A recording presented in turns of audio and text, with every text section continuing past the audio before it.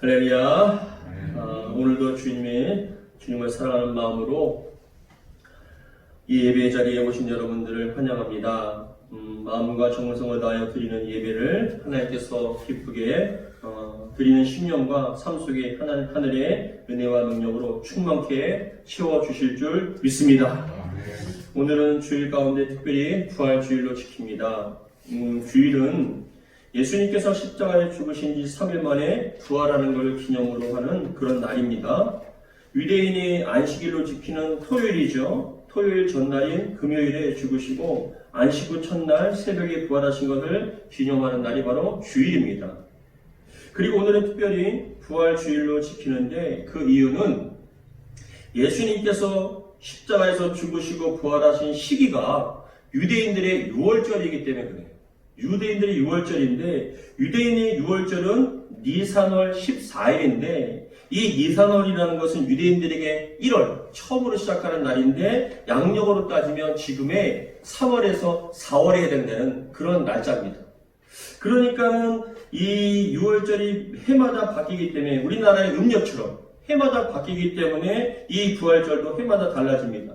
그래서 3월 22일부터 4월 20일, 25일 어간에 부활주일을 맞이하게 되는데 그런 이유로 2018년도에는 부활절이 4월 1일이었어요. 그리고 2019년도 작년에는 4월 21일이었습니다. 부활주일이. 그리고 올해는 4월 12일 날 이렇게 지키게 된 것입니다. 예수님께서 안식일 전날 대제사장들과 서기관들과 장로들의 그 계략으로 빌라도를 통하여서 십자가에 못 박혀 죽게 되었습니다. 지난주 종료주일에 살펴보았던 것처럼 예수님의 제자들은 자신들의 겉옷을 펴서 예수님의 타는 나귀에 피고 또 수많은 군중들은 자신들의 옷을 피고 그리고 겉옷을 벗어서 길에다 피고 종려나무를 흔들면서 호산나 다윗의 자손이여 가장 높은 곳에 호산나라고 그렇게 외치며 환호를 하며 예수님을 영접하였습니다. 자신들의 메시아로서 기대하며 환호하며 예수님을 영접했지만 그러나 예수님께서 자신들의 기대와 그런 확신에 부응하지 못하자 그렇게 열광하던 군중들이 어느 순간에 갑자기 예수님을 저주하며 죽이라고 하는 그런 폭도들로 바뀌어버렸습니다. 결국 예수님께서는 인간이 받을 수 있는 가장 잔인하고 무서운 십자가의 형벌에 죽게 되었습니다. 우리 그림을 보시면 십자가는 채찍에 맞음으로 죽는 게 아닙니다. 십자가는 채찍에 맞아서 죽는 것이 아니라 채찍의 상처로 말미암아 피를 많이 흘려서 죽게 되는 거예요. 십자가는 채찍이 맞거나 아니면 대못을 손과 발에 꼽았다고 박았다고 그렇게 해서 죽은 것이 아니라 그 상처로 인하여서 피를 너무 많이 흘리기 때문에 그 피가 없기 때문에 죽게 되는 것입니다. 그래서 어떤 사람은 피를 많이 흘려서 바로 죽기도 하고 어떤 사람은 피를 흘리는데 며칠 동안 죽음을 맛보지 않고 그 고통에서 그대로 견뎌야 하는 그런 상황이었습니다. 그래서 한 문헌에 보면은 십자가에서 죽은 사람 가운데 어떤 사람은 여름에 그 파리들이 그 상처에서 알을 낳으니까 그 몸에서 구더기가 일어나는 그러한 지경이 이르기까지 그래서 그런 고통과 아픔들을 다 감당해야 되는 그런 상황 속에서 그래서 문헌에 보니까 그 십자가에서 못 박는 가족 가운데 어떤 사람들은 그 십자가를 지키는 군병들에게 뇌물을 주어서 빨리 저 사람을 그 십자가에 못 박히는 그 죄인을 죽게끔 빨리 좀 죽여달라고 그렇게 뇌물을 주기도 했습니다. 그런데 더욱더 무서운 것은 그런 상처 가운데 있는 그대로 그 상처를 느끼고 경험해야 되는데 더 부끄러운 것은 무엇이냐면 우리가 영화에서나 성화에서는 예수님께서 십자가 있을 때 속옷을 입은 것으로 나와 있지만 사실은 속옷도 걸치지 않으셨어요. 알몸이신 거예요. 그 속옷을 제비뽑기 했다고 했을 때 예수님께서는요 십자가에서 죽으실 때 알몸으로 그래서 여인들이나 사람들한테 그 알몸으로 죽는 예수님을 비난하고 조롱하며 손가락질 할 때 그 모든 수치를 다 당하셔야 됩니다. 고스란히 다 당하셔야 되는 그런 상황이었습니다. 그런데 그 육신적인 고통과 수치와 모욕보다 더 무서운 것은 더욱더 견디기 힘든 것은 십자가에서 죽은 사람들은 어떤 개념이냐 하나님께 버림받는 사람입니다. 하나님께 저주를 받아 버림받은 사람이라고 그렇게 인식을 했던 것입니다. 왜냐하면 유대인들은 신명기 21장 23절을 근거로 하여서 십자가에서 나무에 매달린 사람은 하나님께 저주받은 사람이라고 그렇게 인식을 하는 거예요. 우리 신명기 21장 같이 한번 읽어보겠습니다. 시작. 그날에 장사하여 내 하나님 여호와께서 내게 기업으로 주시는 땅을 뭐라고요? 더럽히지 말라. 나무에 달린 자는 뭐라고요? 하나님께 저주를 받았음이니라. 하나님께 나무에 매달려 죽은 자는 하나님께 저주를 받아 버림받았다는 것. 그런데 이게 왜 무섭냐면은 유대인들에게는요 천국을 믿잖아요. 하나님 나라를 믿습니다. 자기가 자신들이 죽으면 언젠가는 하나님 나라에 갈 것이라고 생각을 했는데, 그러나 나무에 매달려 죽은 자는 하나님께 버림받았기 때문에, 저주를 받았기 때문에 그 나라에 못 들어가는 거예요. 따르게 죽을 수는 있지만 그 사람은 천국에 들어갈 수 있지만, 나무에 매달려서 저주를 받은, 하나님께 버림받은 사람은 천국에 들어가지 못하기 때문에, 하나님 나라에 들어가지 못하기 때문에 가장 두려워하고 가장 고통스러운 것이 바로 십자가의 형벌이고 죽음이었습니다. 그런데 우리 예수님께서는 그 고통과 수치와 그 저주를 다 받으신 거예요. 누구 때문에요? 우리 때문에. 우리의 수치를 가려주시기 위하여, 우리의 죄를 용서하시기 위하여, 그 모든 수치와 고난과 아픔들을, 그 저주를 예수님께서 십자가에서 다 당하신 것입니다. 그것도 알지 못하고 밑에서 조롱하는데, 우리 예수님께서는요, 못 박히신 예수님께서 마지막 온 힘을 다해서 뭐라고 고백하냐면 다 이루었다. 다 이루었다라고 말씀하시고 그 다음에 소천을 하시게 되었습니다. 십자가에서 죽은 예수님의 시신을 아리마대 사람 요셉이 빌라도에게 가서 자신에게 달라고 얘기한 다음에 자신이 마련해 놓은 그 무덤에 예수님을 안치시켰습니다. 그 모든 과정들을 오늘 보니까 막달라 마리아와 다른 여인들도 끝까지 예수님의 무덤까지 쫓아가서 그곳에 안장된 것을 보았습니다.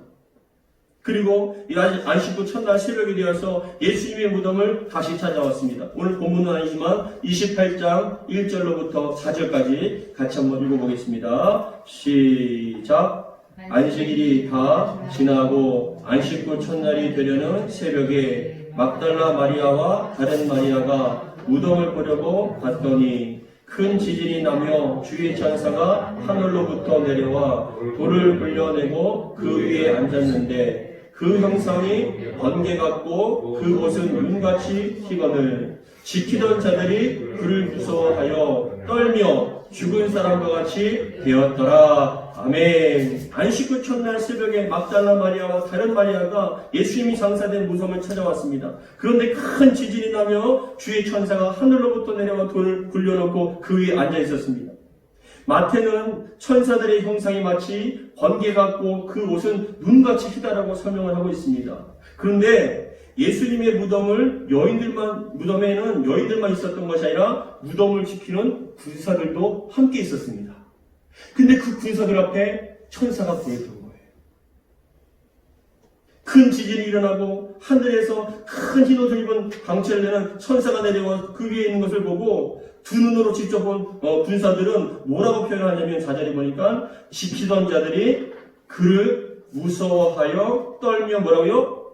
죽은 사람과 같이 되었더라 라고 말씀을 합니다. 저도 만약에 그 현장에 있었다면 얼마나 놀랐을까 모르겠습니다. 여러분, 만약에 이 시간 우리가 예배를 드리는데 천사가 내려왔어요. 여러분 옆에 앉아있다는 걸 생각을 해보세요. 평상시에는 보일 수 없었던 그 천사가 광활한 광명한 천사가 여러분 옆에 앉아서 여러분들을 지켜보면서 함께 예배드린다고 한번 생각해보세요. 얼마나 놀라고 감격스럽겠습니까? 저는 이 말씀을 생각하면서 그렇게 생각했습니다. 세상에 많은 사람들이 얘기합니다. 하나님이 어디 있냐? 천국과 지옥을 가봤냐? 눈으로 보여주면 믿겠다라고 얘기를 하는데, 그렇게 조롱을 하며 우리 믿는 자들을 정신 이상 그런 사람으로 취급을 합니다. 그러나 세상의 모든 사람들이 우리 주 예수님과 하늘의 천군과 천사들, 믿음의 선진들이 승리의 흰옷을 입고 나타나는 것을 두 눈으로 반드시 보게 될 줄 믿으시기 바랍니다. 마태복음 24장 30절에는 다음과 같이 약속해 주십니다. 우리 마태복음 24장 같이 읽겠습니다. 시작.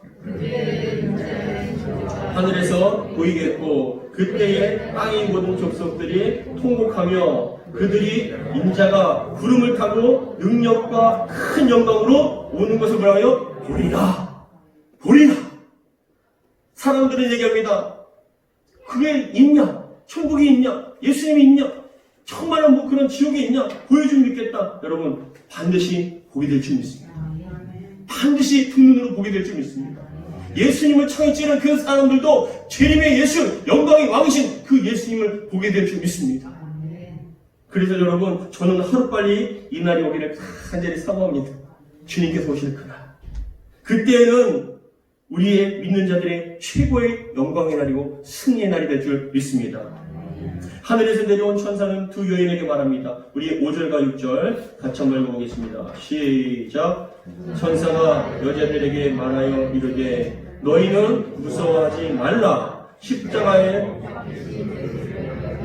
섰는 줄을 내가 아노라. 그가 여기 계시지 않고 그가 말씀하신 대로 살아나셨느니라. 와서 그가 누우셨던 곳을 보라. 아멘. 6절에 보면 천사가 말하기를 여기에 계시지 않고라고 6절에 말씀은 여기가 어디입니까? 예수님의 무덤이죠. 근데 그 무덤에는 뭐라고요? 말씀하신 대로 없다라는 거예요. 여러분 그림을 보시면 이상아 그림을 보시면은 여기 보면 여기가 경기도 광주에 있는 강림기도원입니다. 이 강림기도원 가보신 분들도 계시겠지만 저도 이 강림기도원을 자주 갔습니다. 왜냐하면 굉장히 조용하고 묵상하고 기도하기에 참 좋은 장소입니다. 그런데 이 강림기도원에 무엇이 유명하냐면 저도 항상 가는데 이 뒤에 기도원 뒤에 올라가는 오솔길이 있습니다. 근데 이 동산에 올라가다 보면 뭐가 있냐면 예수님의 사역, 예수님께서 행하셨던 것들이 그대로 나타나는 조성한 그런 것들이 있습니다. 다 한번 보세요. 예, 예수님께서 때로는 풍랑에서 예수님 제자들과 함께 있을 때 배를 잔잔케 하시는 그런 모습도 있고, 다음 그림 보시면은 때로는 예수님께서 제자들의 발을 닦으시는 그런 모습도 있습니다. 그리고 다음에 보시면은 이 동상에서 저도 예수님께서 안수를 해주는 것, 정자를 낫게 하시는 그런 과정인데 저도요 예수님께서 저쪽에 한손이 비셨잖아요. 갈 때마다 저도 예수님 그 동상에 저 머리 갖다 대는 거예요. 안수 받으려고 예수님한테 안수 받고 싶어서 그렇게 안수를 하면서 예수님 저에게 능력 주시고 정결하고 주시고 예수님께서 저를 안수해 준다는 그런 느낌으로 무릎을 꿇고 기도를 했던 것이 기억납니다. 다음 보시면 그런데 그 예수님의 동산에 쭉 올라가다 보면은 무엇이 나타나냐면 마지막에 가장 위에는 예수님의 무덤이 있어요.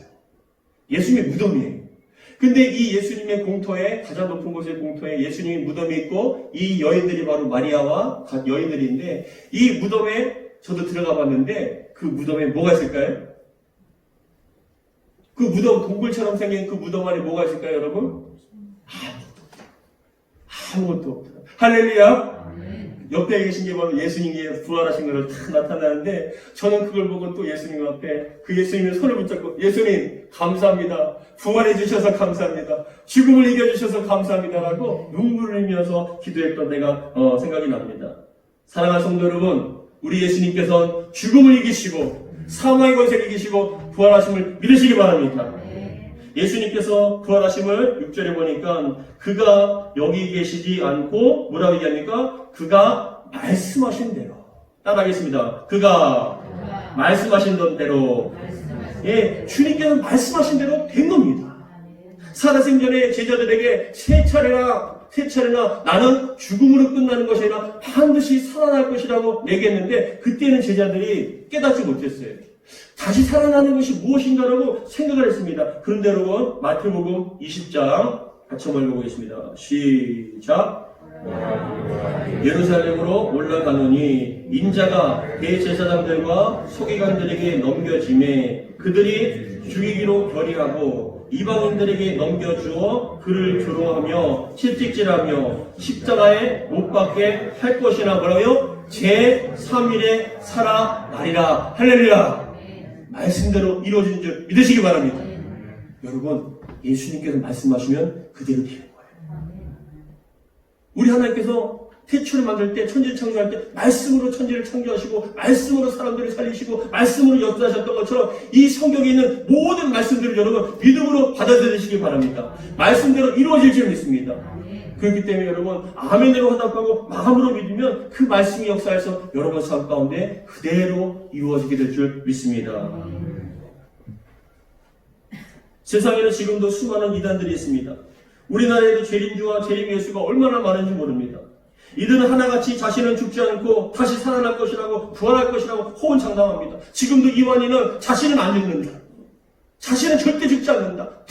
자기는 반드시 부활한다. 그래서 여러분 하나님의 교회 안산홍도 국수를 먹다가 죽게 되었는데 그 시체를 가지고 사람들이 어떻게 했냐. 우리 안산홍님은 예수님이시기 때문에 부활주의이기 때문에 재림주의이시기 때문에 다시 반드시 살아날 것이라고 장례를 안 치는 거예요. 근데 나중에는 그 시체가 썩으니까 결국은 장례를 치르게 되었어요. 통일교회 문성명, 구원파의 유명한 등 그 수많은 사람들, 재림주라고 얘기했던 사람들 다 무덤이 있습니다. 그러나 우리 예수님은 무덤이 없는 걸 믿으시기 바랍니다.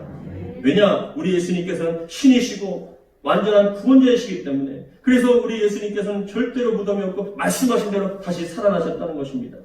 천사는 여인들에게 그가 여기 계시지 않고 그가 말씀하시던 대로 살아나셨느니라고 말씀을 합니다. 예수님께서 부활하신 것이죠. 그런데 부활은 기독교의 신앙의 핵심이자 결정이며 성도가 누리게 될 가장 큰 영광인데요. 부활의 사전적인 의미는 무엇이냐면은 죽었다가 다시 살아나는 것. 이게 부활이라고 얘기합니다. 근데 여기서 우리는 좀 기억해야 할게요. 구분을 해야 될 게 무엇이냐면은 부활과 소생은 다르다는 것이에요. 부활과 소생은 달라요. 예수님께서도 사역을 하실 때 죽은 자를 살리신 사건이 3번이나 있습니다. 야이로의 딸을 살리셨고, 나인성 과부의 아들을 살리셨고, 그리고 우리가 잘 아는 나사로를 살리셨습니다. 근데 이 살린다는 건 단순히 소생이에요. 죽은 자의 영혼을 다시 불러내는 건 그건 소생이라고 얘기하는 거예요. 그러면 예수님의 부활은 무엇이 다를까요? 그냥 일반적으로 영혼이 돌아오는 소생과 예수님의 부활은 뭐가 다를까요, 여러분? 그것은 엄연히 다릅니다. 왜냐하면 예수님의 부활은 단순히 죽은 자 가운데서 되살아나는 것이 아니라 더 이상 죄와 사망이 침범할 수 없는 죽음의 정복자요. 승리자로서 다시 살아난 것이기 때문에 그렇습니다. 예수님은 다시 죽지 않습니다. 야이로나 나사로는 살았다 할지라도 또 시간이 되면 육체는 또 죽어요. 그러나 예수님의 부활은 다시 죽지 않습니다. 다시는 썩지 않습니다. 다시는 여러분 어떤 영화가 쇠하지 않습니다. 그렇기 때문에 예수님의 부활의 몸은 더 이상 쇠약해지거나 늙거나 죽거나 썩거나 그러지 않은 완전하고 완벽한 영원한 몸이 바로 우리 예수님의 부활이요 부활의 몸이라는 것이죠. 예수님께서는 부활을 믿는 성도들에게도 영광의 부활의 몸을 주실 줄 믿습니다. 약속하셨기 때문에. 누가복음 20장 같이 한번 읽어보겠습니다. 시작. 이는 천사와 동등이요 부활의 자녀로서 하나님의 자녀임이라. 그들은 뭐라고요? 다시는 죽지 않는답니다. 할렐루야. 부활의 몸을 갖기 때문에 천사와 같이 다시는 죽지 않을 영원한 몸을 우리에게 약속해 주셨습니다. 그렇다면 여러분, 부활하신 예수님께서는 부활을 믿는 믿음의 성도들이 어떻게 살기를 원하실까요? 여러분 부활을 믿으십니까? 그러면 우리는 어떻게 살아가야 할까요? 이 땅에서 부활을 믿는 성도들은 어떻게 삶을 살아야 우리 부활의 주님께서 기뻐하실까요? 첫 번째 따라하겠습니다. 죄사함 받은 자로서 당당하게 살기를 원하십니다. 죄사함 받은 자로서 당당하게 살기를 원하신다는 것입니다. 여러분 당당하시기 바랍니다. 죄가 여러분들을 침범하지 못할 줄 믿습니다. 십자가에서 피 흘려 죽으심으로 우리의 모든 죄값을 대신 담당하셨고 그로 인해 우리의 모든 죄는 다 사함받았습니다. 여러분 부활의 주님께서 여러분들의 죄를 다 사해 주신 줄 믿습니다. 그런데 어떤 분들은 교회를 다니고 예수님을 영접해도 자꾸만 마음에 찔림을 받고 그 옛날에 지었던 죄 때문에 회개하는데 매일같이 또 회개합니다. 아니요. 여러분 그건 사단의 속임수예요. 한 번 회개했다면 주님께서는 여러분들의 죄를 반드시 용서해 주신 줄 믿습니다. 어떤 죄도 다 용서해 주셔요. 세상 사람들은 용서 못한다 할지라도 우리 주님께서 용서해 주십니다. 그래서 주님 앞에 회개하고 나아가면 여러분 더 이상 죄 때문에 마음에 슬픔을 갖지 마시고 죄 앞에서도 당당하게 살아갈 수 있는 저와 여러분들이 되길 바랍니다.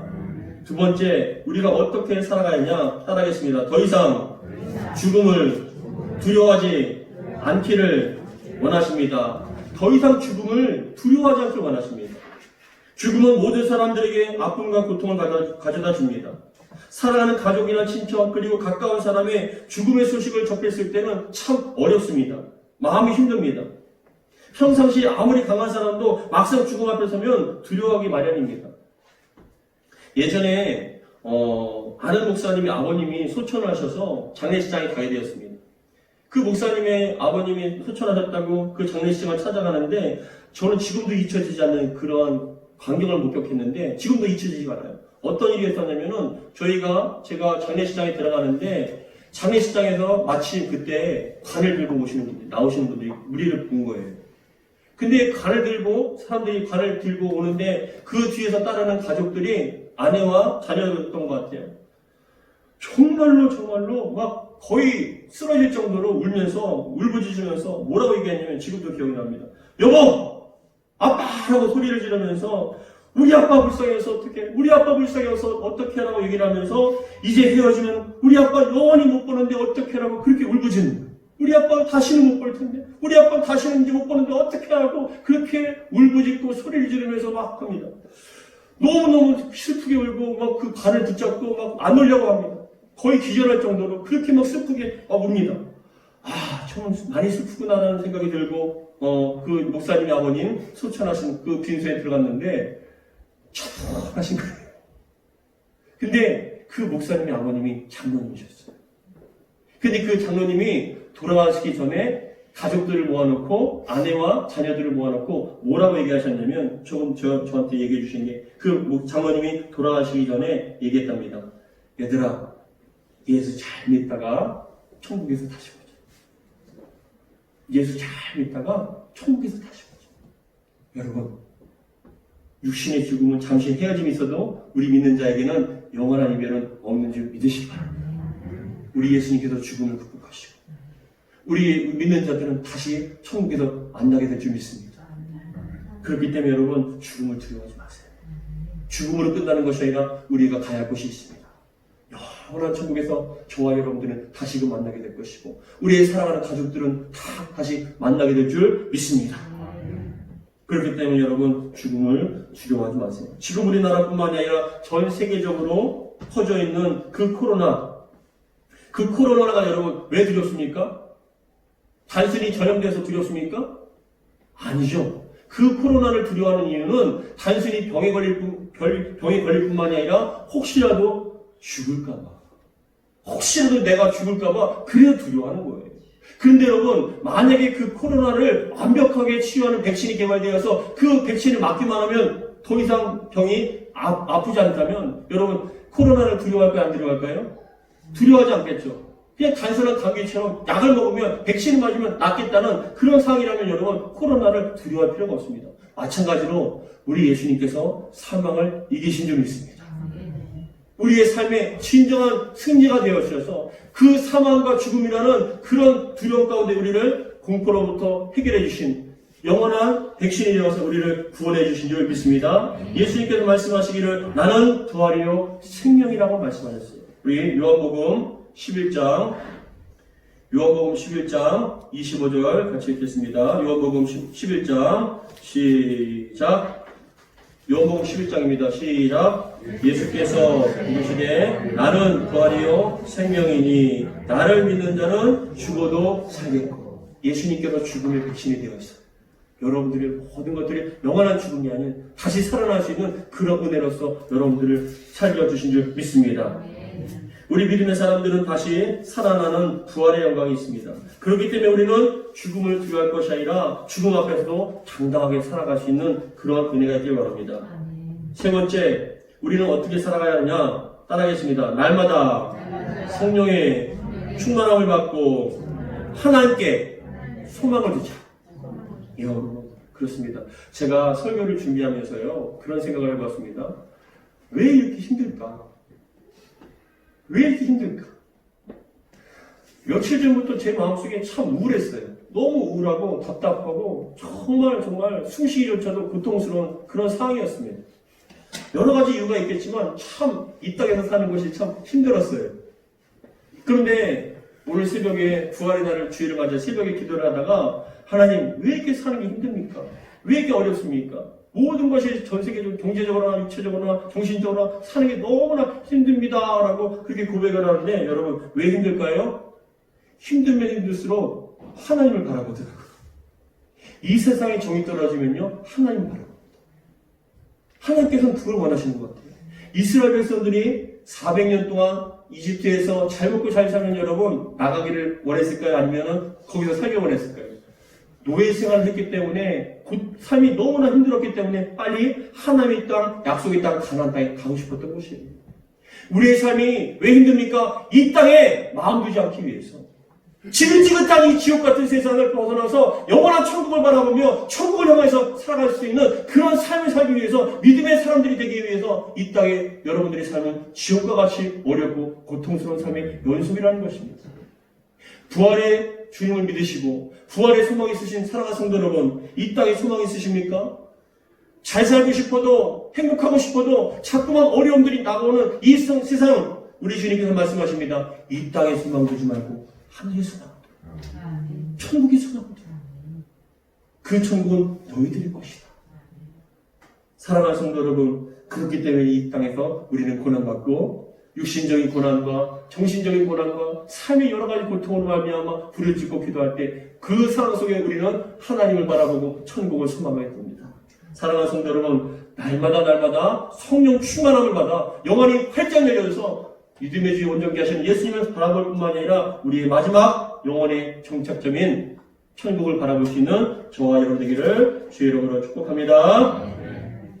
마지막으로 누가복음 24장 44절 같이 읽겠습니다. 시작. 또 이르시되 내가 너희와 함께 있을 때에 너희에게 말한 바 곧 모세와 율법과 선지자의 글과 시편에 나를 가르쳐 기록한 모든 것이 이루어져야 하리라 한 말이 이것이라. 더 나가서 여러분 베드로전서 같이 읽겠습니다. 시작.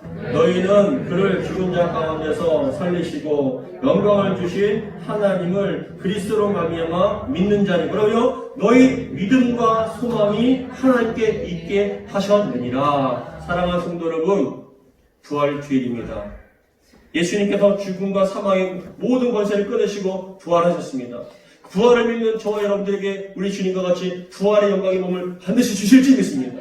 죽음으로 끝나는 것이 아니라 영원히 쇠하지 않고 썩어지고 그러한 부활의 몸을, 영광의 몸을 우리에게 입혀주실 줄 믿습니다.